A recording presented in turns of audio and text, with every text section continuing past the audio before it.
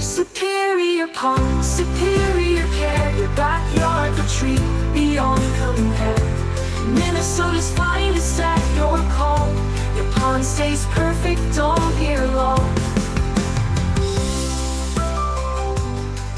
Welcome back, everyone, to the Deep Dive. We're always talking about these big ideas and complex concepts, right? Yeah, for sure. But sometimes the most powerful shifts come from the simplest things. Oh, totally agree. And that's exactly what we're diving into today.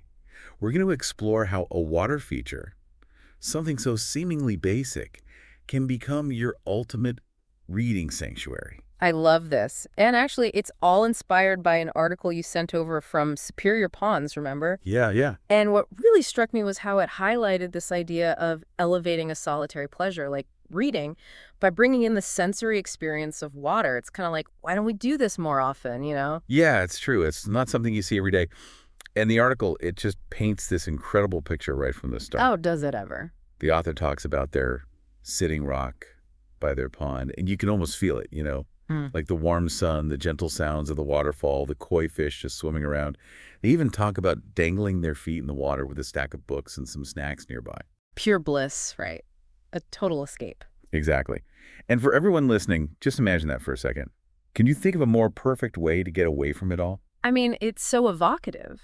And it hints at something deeper, don't you think? Like there's more to it than just a pretty setting. I think so, too.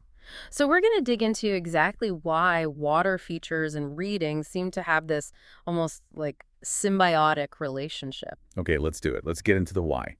The first thing that really jumped out at me from the article was the idea that water can actually enhance our focus and relaxation. Right. It's not just a nice background thing. It's actually doing something to us. Exactly. And the science behind it is fascinating. The article mentions a 2021 study from the Proceedings of the National Academy of Sciences. You familiar with that one? I think I saw that, yeah. It suggests that those natural water sounds, the irregular but predictable kind of rhythms we find in nature, they seem to tap into something deep in our brains, something primal. Oh, interesting. And they actually reduce activity in the networks of our brain associated with stress. That makes total sense for settling down with a good book, wouldn't you say? Absolutely. Like when you're less stressed, you're way more likely to actually get lost in the story or, absorb information more effectively. It's like creating a calm space in your mind that reflects the peaceful environment around you. I love that. It's like preparing the mind for deeper engagement. And then the article goes on to talk about how that natural white noise from water features, it acts like a shield against distractions. Oh, this is huge for me, I gotta say. Living in a busy city, those sudden jarring sounds, car horns, sirens, whatever. Oh, yeah, I feel ya. It can totally pull you out of that world you've built while reading. Yeah. But the constant, gentle sound of water, it's like it just pushes those distractions away. It's amazing how that works. And there's actually research to support this, too. That same National Academy of Sciences study, the 2021 one, it suggested that being around natural sounds is linked to better overall health.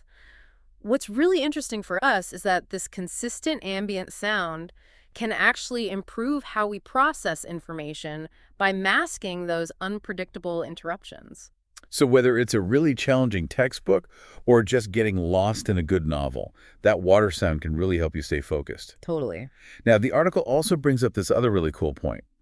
How water features can kind of encourage us to take these mindful breaks while we're reading. It's like they nudge us towards it. And this is really important because it challenges how we usually approach reading. Oh, how so? We tend to think of it as a race, just push through to the end. Right. But having that water feature nearby, it seems to invite a different rhythm. You read for a while, and then your attention almost naturally shifts to the water. Oh, I get it. Like you might see a bird land on a lily pad or just notice the changes in the water sounds. Exactly. And there's research suggesting that these little pauses can actually improve our long-term retention and comprehension. You're kidding, right? It's like taking breaks actually helps you remember more. It's counterintuitive, but it's true. And to understand why, the article mentions a 2024 study in Frontiers in Psychology about the soft fascination of nature. What? Soft fascination. It's the idea that natural elements kind of draw our attention in a gentle, effortless way. Okay. So our more focused, directed attention, the kind we need for reading, gets a chance to rest and recover without us even realizing it. It's like hitting a reset button in our minds. I love that soft fascination. It's not demanding your attention like your phone buzzing, but it's just there, offering a quiet moment. Exactly. And the last piece of the puzzle, according to the article, is the connection to nature that a water feature brings and how that boosts our reading enjoyment. I mean, that just makes sense, right? Think about times you've read outside, maybe in a park or by a lake. There's always this extra layer of enjoyment, this sense of calm. It's undesirable. Totally. And there's research from the American Psychological Association in 2020 that supports this. They found that even brief exposure to nature can improve attention, lower stress hormones, and just make us feel better overall. So when you combine the immersive experience of reading with being near water, the sights, the sounds, the fresh air, it's like this powerful mix that feeds both our minds and our moods. Okay, so now everyone's probably thinking, I'm sold, I want my reading nook by the water.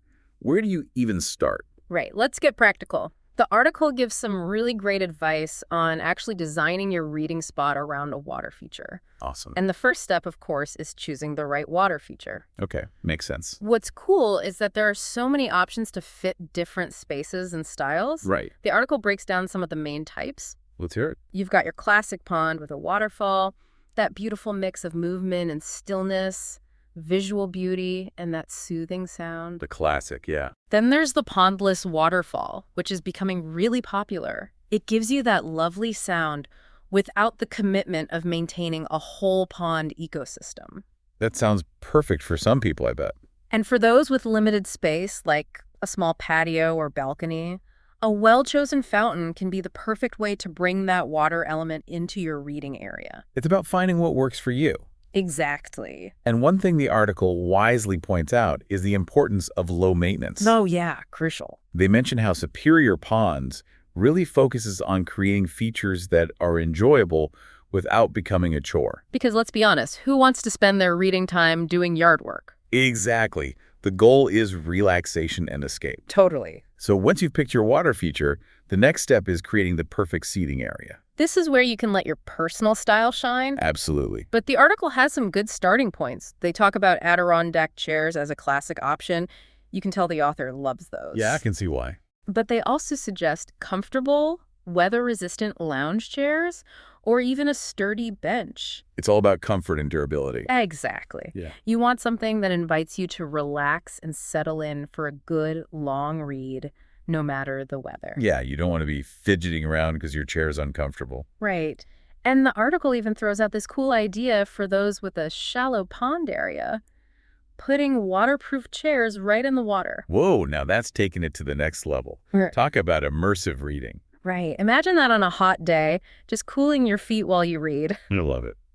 And for those who like the simple pleasure of dipping their toes in, like the author on their sitting rock, the article suggests using natural elements like smooth stones for seating. Oh, that's a nice touch. They do recommend adding some outdoor pillows or cushions, though, just for extra comfort. Makes sense. You don't want to be uncomfortable while you're trying to relax. And another absolutely essential element for your reading nook is shade. Oh, tell me about it. Nothing ruins a good book faster than the sun blasting you in the face. Right. You can't focus on the story when you're squinting and sweating. The article suggests a few different solutions, like beautiful pergolas with vines, adjustable umbrellas, or even just the natural shade from trees. Yeah, there's so many options. And the author even mentions how their pond is positioned to get natural shade throughout the day, depending on where the sun is. That's clever.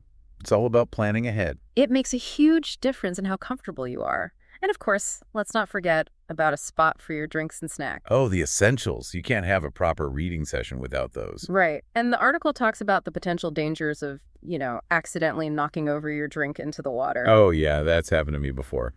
Not fun. They suggest simple things like flat rocks for impromptu tables or choosing seating with built-in cup holders. That's smart. They even mention those freestanding fire tables with ledges or those little cup holder stakes you can stick in the ground. I've seen those. It's all about keeping your drinks and snacks close by and safe from spills. And easy to reach, too, right? Exactly. Now, what if you already have a water feature, but you haven't really made it a reading spot yet? Oh, this is for a lot of people, I'm sure. The article has some great tips for enhancing what you already have. Perfect. Let's hear them. One thing they suggest is adjusting the water flow. Oh, interesting. Like, a big, powerful waterfall might be beautiful to look at, but a gentler, more bubbling flow could be way more relaxing for reading. It's about finding that balance between visual appeal and a soothing soundscape. That's the key. You don't want the water sounds to be distracting. And the good news is a lot of pumps and valves are adjustable, so you can fine-tune the sound. That's good to know. Another great tip is to think about lighting. Oh yeah, lighting can make a huge difference. Soft, well-placed landscape lighting can let you read outside even when it gets dark. And they talk about adding waterproof pond lights to create a subtle glow from under the water. Oh wow, that sounds magical. Imagine the light reflecting on the pages of your book. It would create such a cool atmosphere for nighttime reading. I'm picturing it now. And lastly, the article talks about how encouraging wildlife around your water feature can add to the whole experience. Oh yeah, I love that. Like birds, butterflies, even fish, they all contribute to that feeling of being immersed in nature. It's like bringing your reading nook to life. Exactly. So the article recommends planting flowers and native plants that attract pollinators and making sure your pond is a healthy environment for fish if you have any. It's all about creating a vibrant living space. And engaging all your senses while you're enjoying your book. Precisely. So after all this amazing advice and inspiration, the article ends with a really thought-provoking question for its readers and for all you listening right now. Is your water feature already your perfect reading spot? It's a great question to ask yourself. It makes you think about the books you love to read by the water, your current setup, your go-to snacks, any special rituals you have. It's about taking a moment to reflect on your outdoor space. And seeing how you might already be incorporating some of these elements or what simple changes you could make to turn it into your dream reading haven. It's all about unlocking that potential. Right.